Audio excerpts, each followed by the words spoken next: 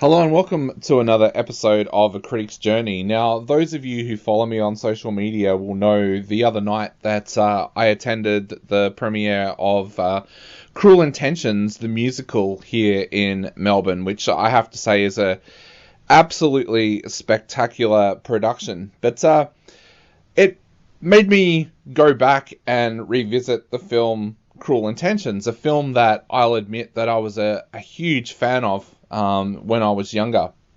I can actually remember when the film came out way back in 1999. I was at film school at the time, and I remember being a huge Buffy fan and a huge Dawson's Creek fan. I wanted to go along and see this film that had Sarah Michelle Gellar and Joshua Jackson in it.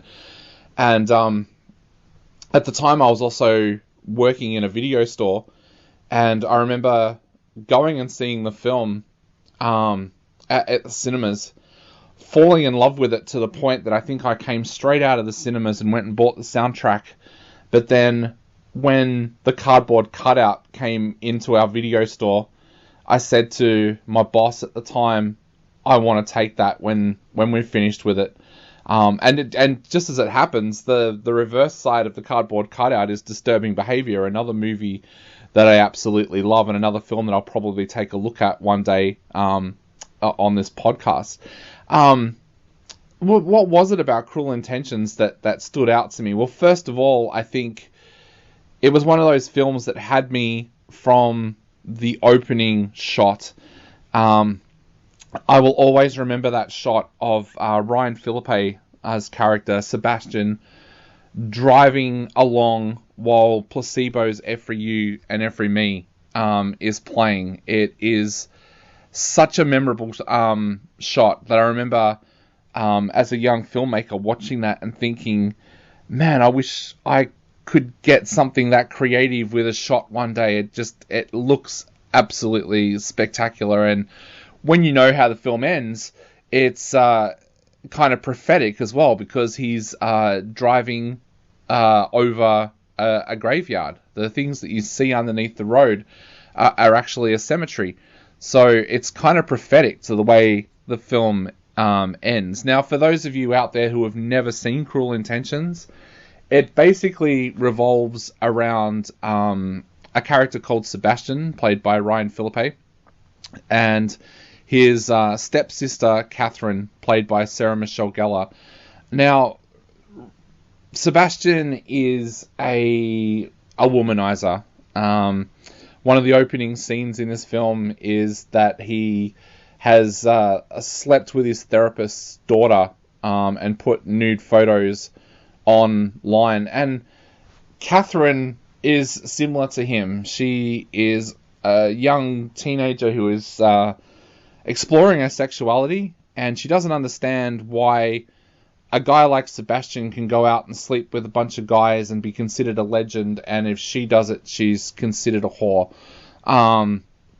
So there's an interesting interplay between them in that there's also sexual tension between them, despite the fact that there are step siblings, and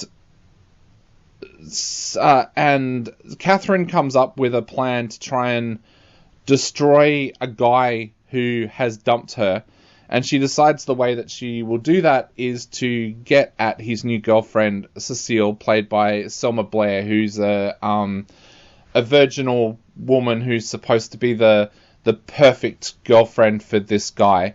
At the same time, Sebastian decides that he is going to wreck the reputation of a girl who is coming to the school that him and Catherine goes to, Annette, played by Reese Witherspoon, who has recently written a manifesto about why it is so important to be a virgin. Now, those games intertwine all the way throughout the film, and of course, this is a very, very sexually charged film. Most people will remember it for the kiss that happens between Selma Blair and Sarah Michelle Gellar in the film. But for me, what makes this film so strong is that behind all of that, there's some really, really powerful writing. And I think that often gets overlooked. In fact, the director, Roger Kumble, often tells a story about, in one of the scenes, when Sebastian and Annette fighting, the scene was so powerful when they filmed it that Ryan Philippe had to go backstage and throw up. He was so emotionally affected by the scene that they just filmed, and it was also probably charged by the fact that he and Reese Witherspoon were also dating at the time as well. So I think a lot of people try to remember this film as a sleazy kind of teenage film that was based on Dangerous Liaisons. It's actually based on a novel that came centuries before that. So the fact that they turned it into a film about 1990s teenagers in Manhattan is kind of a miracle in itself. But I think if you go past that supposed sleaziness about this film, you find out that this film is an absolute gem. The acting performances are fantastic. When you consider that Roger Kumble wanted an entirely different cast at the start of this. He wanted Katie Holmes in this film, and then he decided that wouldn't work, and he ended up going with the cast that he had to go with. The character of Cecile was a real challenge for Roger Kumble because the character had a sex scene. They had to try and find an actress that appeared to be underage but wasn't underage because of the legal ramifications that they would have had if they'd had an underage actress do a sex scene. So they went with Selma Blair, who a lot of people don't realize is actually older than the rest of the cast when they were filming this. She looks so much younger, but she was actually older. And I think the acting performances in this are fantastic. For Sarah Michelle Gellar, I know that her career hasn't exactly taken off to the way that people thought it would after Buffy, but I think this film is one of her proudest moments. Her performance here as Catherine is absolutely fantastic. I think the same for Ryan Philippe. He is amazing in this film.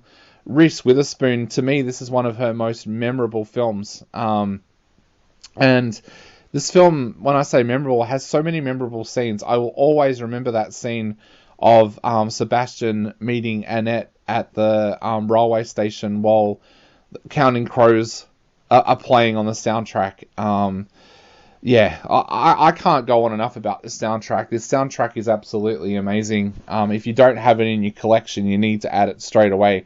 But also, I think a lot of people forget about some of the other performances in this film as well. Joshua Jackson is fantastic as Blaine. He quite often gets overlooked when people talk about the amazing acting performances in this film, but Joshua Jackson is absolutely amazing as Blaine. I'll end this by saying, look, I think you should go and check out Cruel Intentions again if you haven't watched it for a few years, because it's one of those films that it's aged well.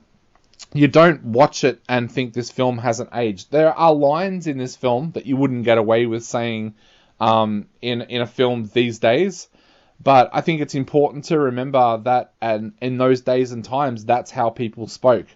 There may be a couple of offensive terms in there that shouldn't be used today.